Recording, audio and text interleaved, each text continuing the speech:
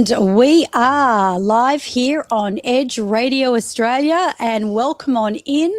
And I have this beautiful guest with me sitting right beside me, and it is Christine. And Christine is going to be tackling something that she's been dealing with for 5 decades. Is that right, Christine? Yep, thereabouts. Oh, my gosh. Okay.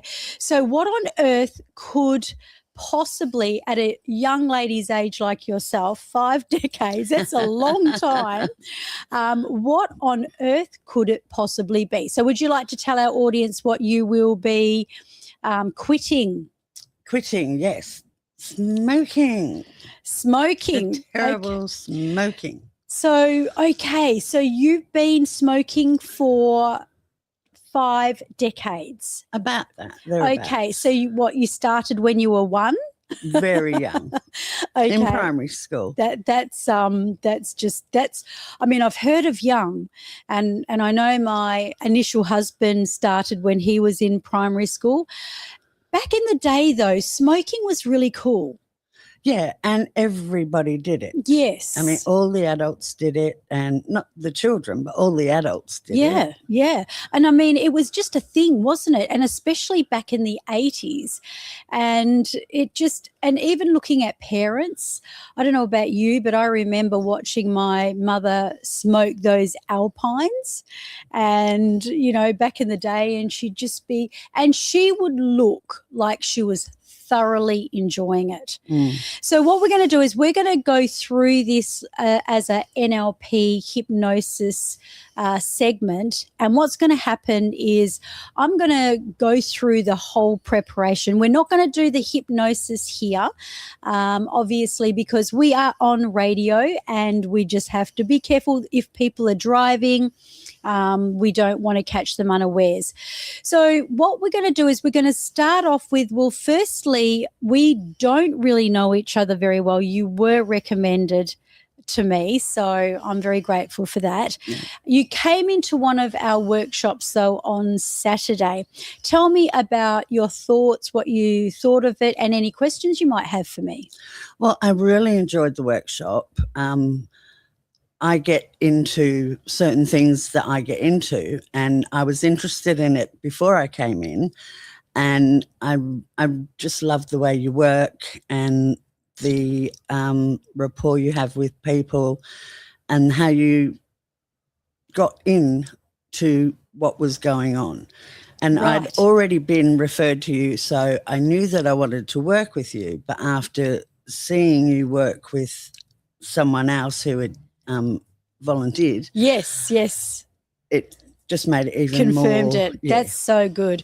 And it's interesting because with neuro-linguistic programming and hypnosis, the most important thing when we're getting a person to quit an addiction, and I'm just going to say it for anybody that's just jumping on, this lady wants to quit smoking after 50 years. So that's a real biggie. So we're going to begin a demo. We're going to go through it here, and I'm going to start off with obviously what you've just shared about the workshop. So, it's interesting that everybody has a why, and unless that why is big enough, sometimes it's the why that makes us cry, or it's the why that throws our back up against the wall that would cause us to perhaps do something and make that effort to make a change.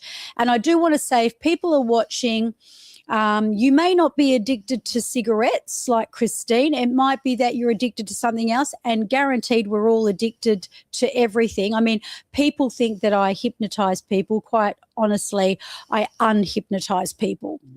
You see, you, for example, learnt to smoke from a very young age. You've hypnotized yourself into that habit. So what my role is to get to the crux of it and actually represent your subconscious. So I would need to make a stand for your shadow, for that part of your brain that's connected to that addiction, okay? Because if the subconscious, like if someone is wanting to say, get rid of excess kilos, and you're saying, oh, you need to stop having sugar, you need to exercise every day, you need to do this, this, this, and this, and you're should this, should that, you're shooting all over yourself. The subconscious is building barriers. You see how that works? I do, yes. So the more the barriers, doesn't want to do anything. That's right. So we need to take down that barriers. We need to understand what is the higher purpose.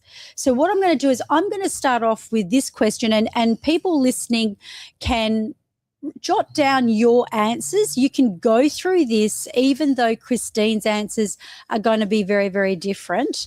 I want you to work on yourself.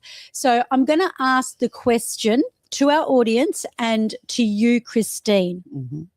What is it? And I would like it to be around what you're here for, because you want to quit the addiction. What is it that you truly desire?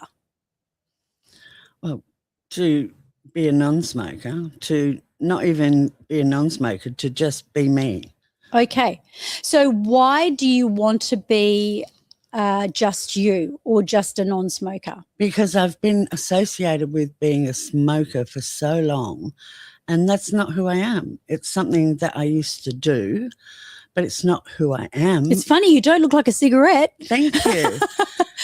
And I have been attacked for it for so many years, but then now that I'm so old, I don't get attacked for it anymore. It's like, yeah, well, that's what she does.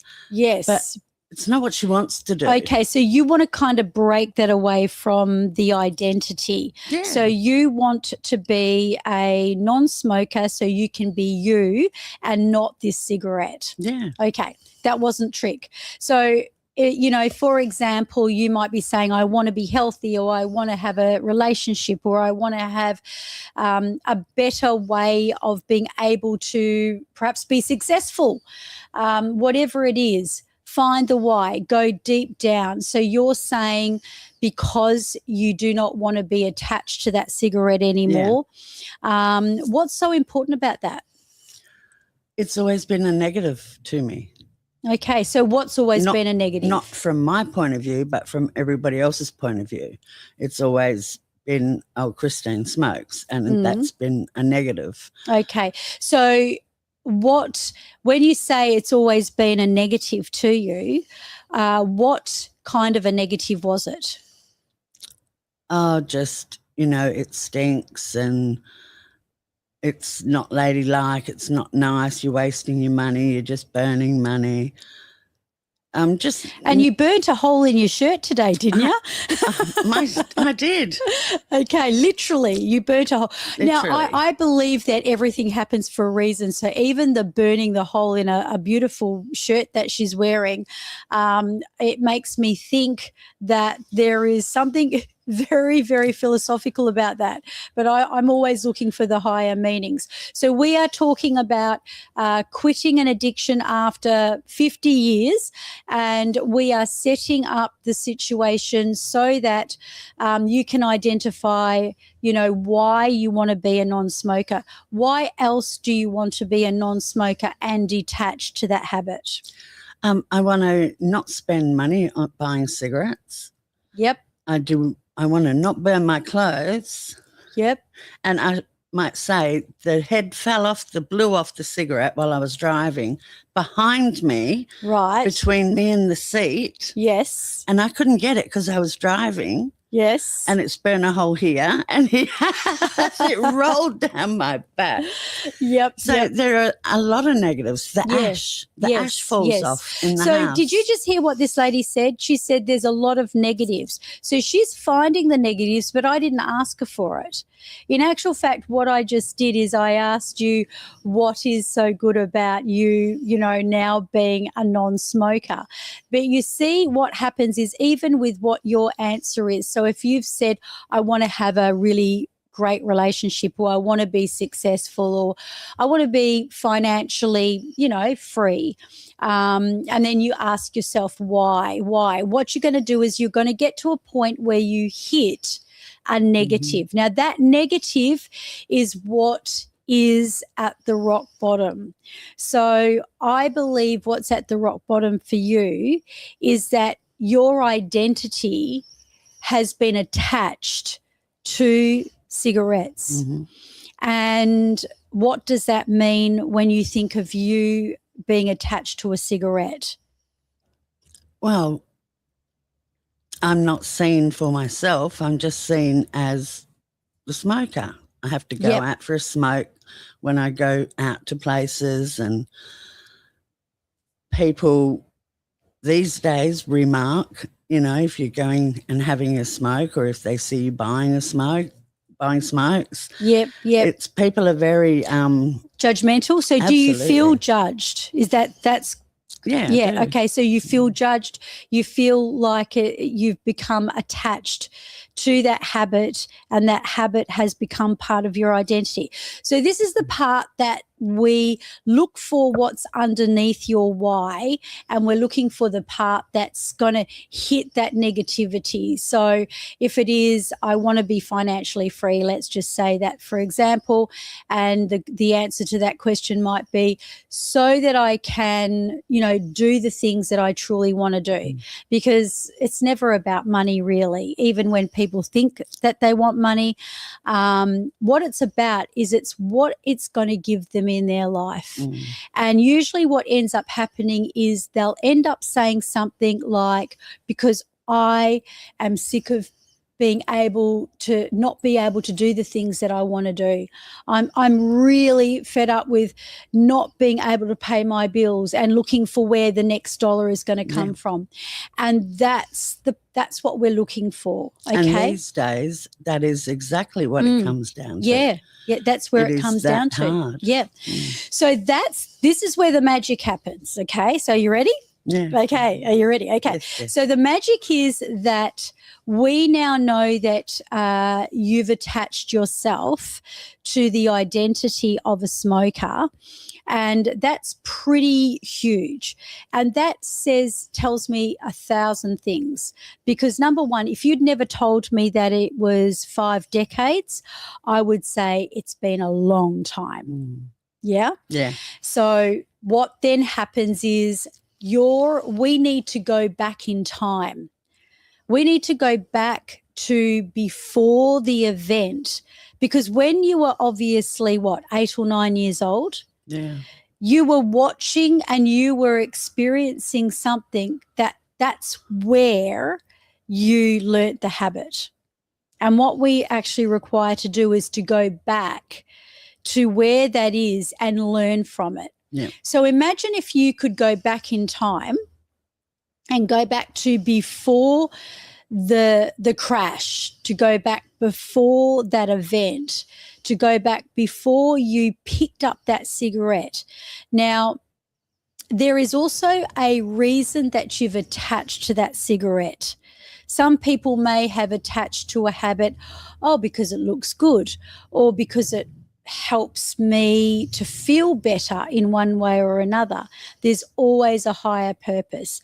You told me something backstage that you'd been suffering, and it was a very important piece to this puzzle. And would you like to explain that? Yeah, I had health issues when I was young, asthma and trouble breathing, and a lot of allergies. I was allergic to everything. Yep. And the first time I had a puff of a cigarette, I inhaled, because I didn't know any different. I'd watched the adults smoke, so I knew what they were doing. I didn't know not to. Wow. I inhaled and my whole body just went, Right. And the stress that my poor little body was under was released. Yep. And no wonder she wanted to go and smoke again. Yeah. So you've picked up that cigarette, and they say even when people are not a child and they're just coming up with a habit of cigarettes, they will really, what they don't realize is that deep inhalation, that taking that breath in and then releasing that breath, and it is the life force. And if you had asthma, I don't blame your subconscious mind for going, bingo, we're onto something here. Yeah. And this is where I need to thank your subconscious mind for that, Christine. Mm. I need to say thank you so much for that. So on one hand, and I want you to pull out the left hand, and this is what happens. I want you to look at the addiction. I want you to see that child that wanted to breathe, Mm-hmm. and I want you to know that this part, which is the addiction, that obviously likes things about it, and one of them is the way that it made you feel. Yeah. That's pretty huge. Yeah, it was. Yeah. I mean, that was just the best. I mean, I can even remember. I know I can picture exactly where Yeah. we were standing. Yes. And I remember the feeling 100%. Wow. So if you can see that, because you're not the cigarette, okay? So if you can see that out here on your hand, Yeah. because that's a part it's played, and that is the part that's kind of the sabotaging part. But now what I want you to do is I want you to bring out the other hand. Now this hand is the hand that wants to stop. Yes. This hand is the hand that really wants to quit the addiction. And what's the reason? The reason is because I don't need it anymore. Okay. I don't want it anymore. It served its purpose. It doesn't serve me anymore. What will be the good thing about it? So when you quit, what will be the greatest thing about I it? will be able to breathe better. Okay. Now. Now, did you all hear this? That's the flip side. Okay. This is the magic. Okay. Bring both hands out, because whatever really you desire, the sabotaging part that is literally holding you back is actually wanting the same as the part that wants to stop. So I want you to appreciate that. So you recognized the addicted part of your personality, went, oh, I can breathe. Mm-hmm. Great. And then the other part that is now going to stop says, I want to be able to breathe better. Yep. So do you see the similarity? So I wonder if you can face those two together, just so that they're facing each other, because this is the part where what we're doing here is we're balancing and we're beginning the process of quitting the addiction. And I'm going to formulate a hypnotherapy script that is going to be completely based on Christine's experience. It's going to be able to help so that the subconscious mind is not feeling like a criminal, or feeling like it's being judged, or feeling like, oh my gosh, it's letting you down. The subconscious needs to feel embraced by it. It needs respect. It needs to know that it's being heard. And as these two parts face each other, I want you to just allow the right hand to thank the left hand. Now, by the way, the right hand is what the desired state is. The left hand is the saboteur, the addiction, or the part that's holding us back. Mm-hmm. However, they both want the same thing, and finding that common denominator is the key. So just allow them to talk to each other, and allow that right hand to say, thank you so much for doing that. Now, as you do this, just sense that there is an energy between them, a synergy.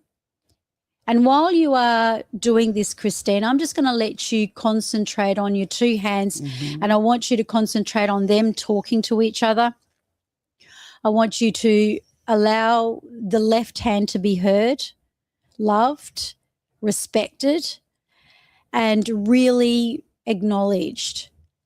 And as you're doing that, what we're going to do is what we're here doing at a conscious level is we are getting that alignment to happen first, because most times when people are not where they want to be in life, it's because they're out of alignment.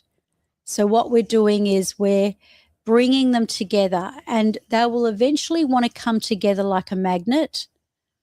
and you just allow them to come together when you're ready.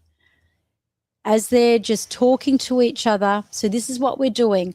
We're bringing both sides together as one, because otherwise it's hit and miss. Okay. So as they come together, they'll do that.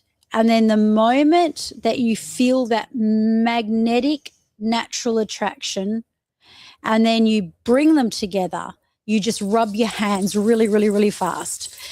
And it's like an energy. It's almost unified. It's a unified energy. And as this is happening, you'll sense that there's going to be this really, really new vibration. Now just separate the two hands and feel that energy, and just feel that energy. Bring it into your chest. Take a deep breath in and breathe out. Take in a deep breath in and breathe out. So what I'm going to do is I'm going to now just tell you what you can expect for the rest of your session. So you're going to have 3 sessions. Yeah. And what it's going to look like is this.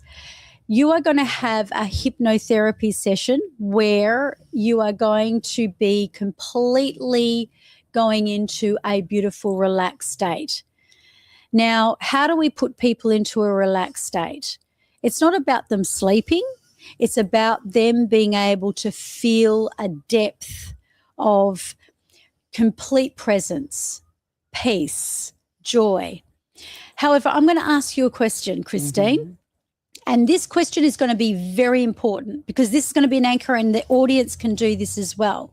So we're going to set up an anchor that's going to be your power anchor. So I want you to remember a really happy moment in your life. Anything that you've done in your life where you have felt really great. It may have been a holiday. It may have been something that you won. It might have been a decision that you made. And when you've got something, just say yes. Yes. Okay. Now tell me about it. What was it? The birth of my son. Oh, that's beautiful. So the birth of your son. And I wonder if you guys can do that too. So the audience can do that too. So this is a really, really great hack.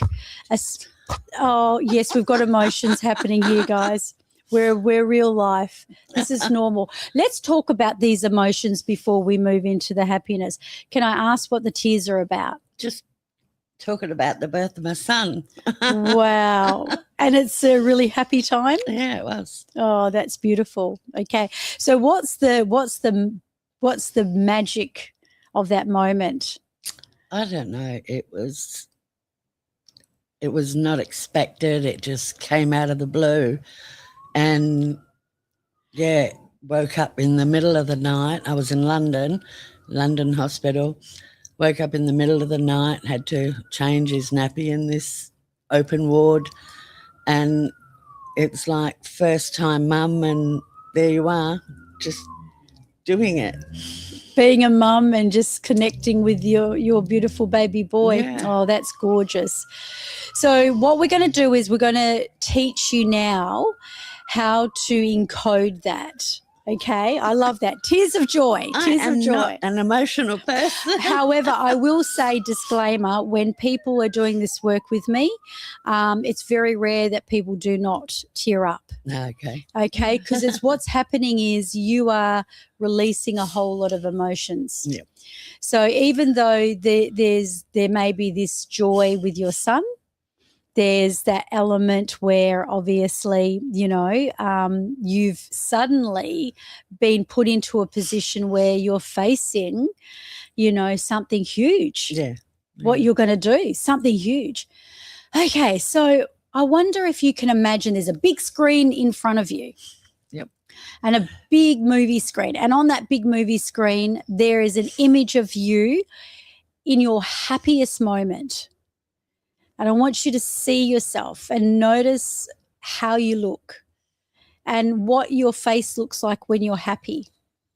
And this can be for everyone out there. You can be thinking about a favorite moment.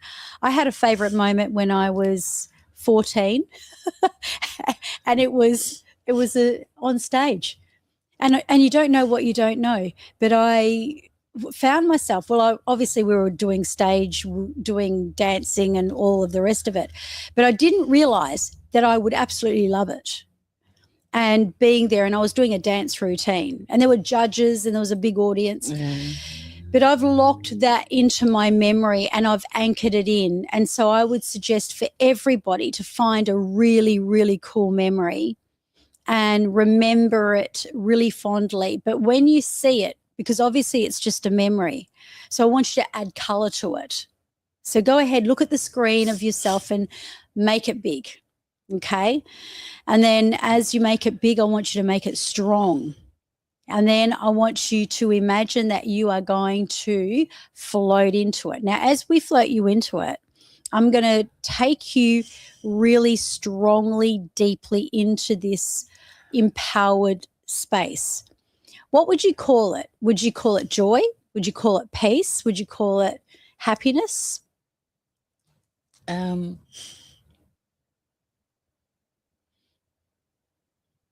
We're really having a moment.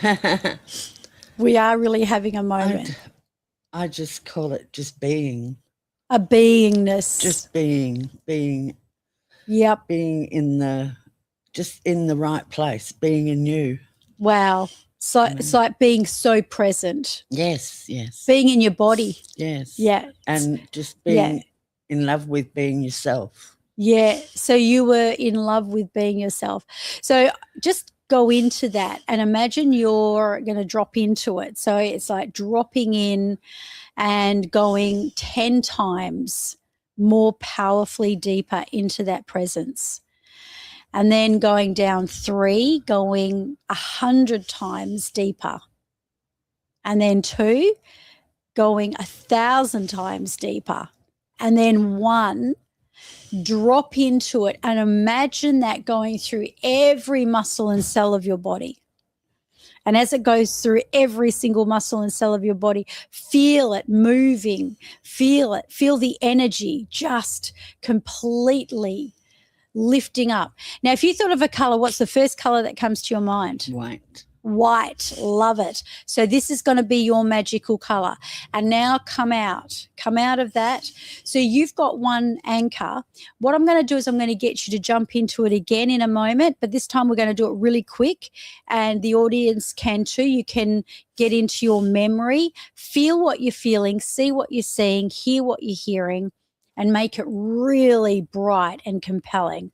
Okay, so you're ready to go back into it? Yeah. 1, 2, 3, drop in and move into it and just feel it through every cell of your body. Now, as you feel it in every cell of your body, I want you to squeeze the hands you write with. And everyone can do this too. As long as you're in a good memory, as long as you're there, feel it. Imagine looking through your eyes, hearing through your skin, hearing through your ears and feeling through your skin. That might work better. So as you feel what you feel, see what you see, and hear what you hear, just anchor that off and see that magic color and allow that magic color to just come all over you. Now, we're just going to flip back and we're just going to float back into where you are. So what we're going to do is we're going to use that as your anchor to quit the addiction, right? Okay. And what better color than white? Yeah. Yeah. So I'm going to ask you some questions now. So we've set up an anchor. We've got some alliance here between the two. So the part that was addicted, wasn't it, is not judged anymore. Yeah, when I was doing the hand thing, the left hand felt like the child and the right hand felt like the nurturer, and it wanted to embrace it. And the child was like holding back. Wow. Not sure. And that's perfect. I love it. That was amazing. Yep. I tell you why I love that so much, because what we're going to be doing in our therapy session we call it under hypnosis. My mother always says, can you find a better name for it? She doesn't like that name. But, in the trance, in the deep feeling of calm and relaxation, you are actually going to go back and you are going to be the nurturer. Yeah. You are going to go along the side of that inner child, and you're going to speak to her. You are going to speak into her life, and you are going to give her that white gift. You are going to talk to her and tell her about the fact that you understand what she did and the reasons of where it started. And then you're going to give her the gift of releasing that addiction. So tell me now, we need to broach one more thing, and that is that you have done hypnosis before, not with me, with other people. Yeah.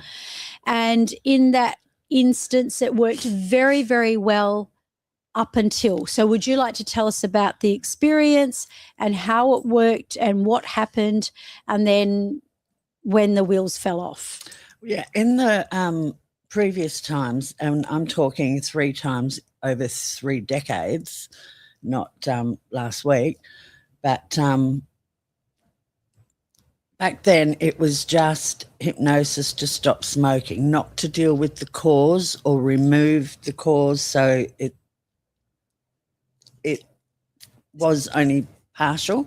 Yes. But it was very strong. It Oh, was, yeah. Walked in a heavy smoker, walked out a non-smoker, totally. No, non-smoker. Yeah, And one see, and done. yeah. And this is the thing, right? It's the same with when people are doing, I've had with people doing weight management, they've come in and they've sat down, and I've gone through the therapy model. I've gone back to where the weight began. I've gone back to where everything happened.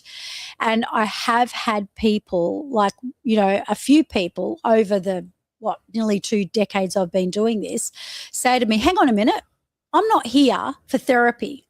I'm not here to get down in the dirt and tell you about what happened to me when I was 5 years old. And I'm going, do you want this to actually last? Because yes, hypnosis, we can embed some new suggestions to say, because you're the one who's going to create it. And that's the kind of hypnosis I do. You are speaking your own magic into your own life. But the most important part is you're bypassing that part that's running the show. You're bypassing the subconscious. Yes. And you are going straight to the subconscious and bypassing your logic. So because you are in there and treating it, if you do not treat the initial cause of what the higher purpose is, then that can only last for so long. Yep. And then the wheels fall off. And I'm going to ask you this, and it could be a confronting question. What were the reasons do you feel? You don't have to talk about content, but it's more the feeling. What was the reasons, you know, and the feelings that caused you to kind of backtrack and go back to the old habit? With me, I have always suffered extreme anxiety, and I didn't even know I had anxiety because I'd had it since I was a little kid. And it was when I gave up through hypnosis, the trigger was always something that made me so anxious. I had no other it wasn't a conscious choice to go and buy a smoke. It was a physiological choice because my body, and the only way I can explain it is like you're holding your breath and you're suffocating. Ooh. And you have to take a breath, but you have to only take a breath with a smoke.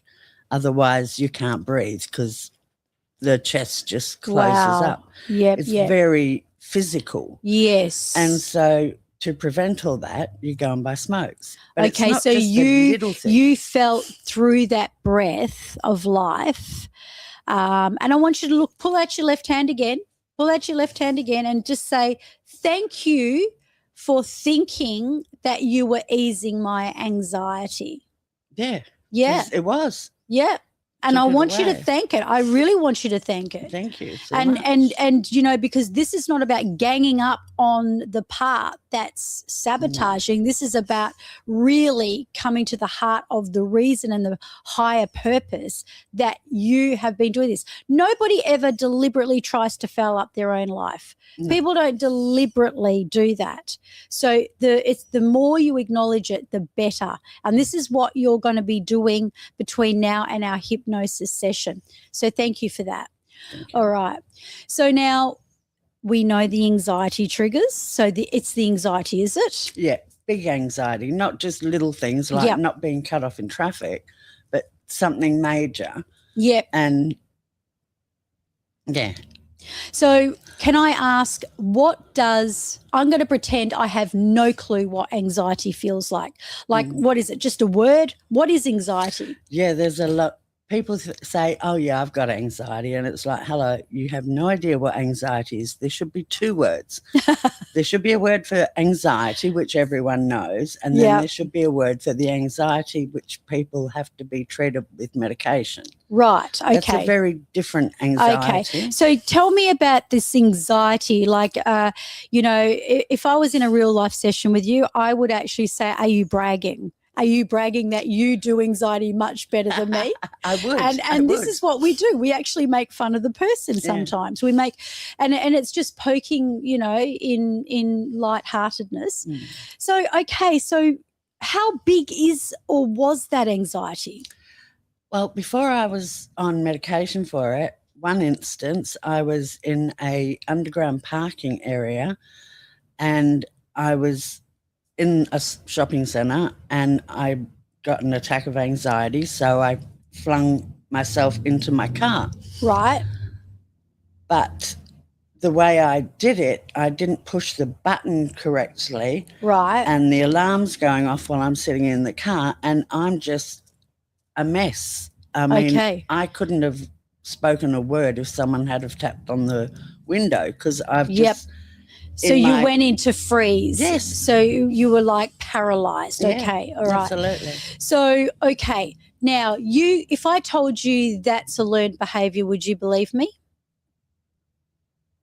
As in the response is a learned behavior, not the actual thing. So when I say it's a learned behavior, it is what your body has learned to do. Everything is a learned behavior. Oh, yes. I would agree with that. Yes, because you learnt at some point of your life how to do anxiety. It's like we learn at some... Do you know that some people will do anxiety and their higher purpose will be that when they were anxious once, they were given an incredible amount of love. They were given an incredible... And it's the same with people who get addicted to lollipops or sugar or food in a bad way. They were given lollipops as a child as a reward or to pacify them. So mum didn't want to deal with them in the shopping centre. So they've made an attachment the way you did to the cigarette, didn't you? Where, that times that equals that. So this learned behaviour, what if you could unlearn it? Oh, I'd love it. Would you love to unlearn how to be anxious? Absolutely. So this is the whole thing. You know, I don't know whether it was you or another client, but it might have been you actually, but you said, I've got so much because I've got all this trauma as well. And then I said to you, well, actually, we are going to deal with that in order to make this really valid. And I'm not saying we're going to clean up your whole life. We're just going to what I'm saying is we're going to deal with the anxiety part. And I want you to put it into the left hand. So lift your left hand up and I want you to say, thank you. Thank you for giving me that and giving me, and I know that there was a higher purpose. So that is also in the left hand. Thank you for giving me that. And I know there was a high purpose. Yep. Now, I'm not going to preempt or anything here because obviously we're going to be winding up in a moment. However, just to kind of frame this, what we will be doing is looking at unlearning the anxious behavior. We're also going to be, like when you see a dress and it's been hemmed. Yep. So it's been sewn on the hem. What we're going to do is we're going to unpick the hem. So what happens when we unpick and we take out the string, the cotton? What happens to the hem? It drops. Exactly. And that's exactly what you're going to do. You're going to drop the habit. Good. Because I think the anxiety is the cause of the smoking. Well, Also. it's like this. It is a dog chasing its tail. Yeah. So because of this, we do this, that causes us to just keep circling and going around and around. And what we need to do is break that pattern. So who's with us? Who wants to know what's going to happen for Christine? Who would love to know? Now, I will check the comments after the show. So what you can expect is, yes, you are right. The guiding angel in you, the nurturer, is going to go back to the inner child, and you are going to heal the inner child. You're going to give her the gift of what we've anchored in. Okay.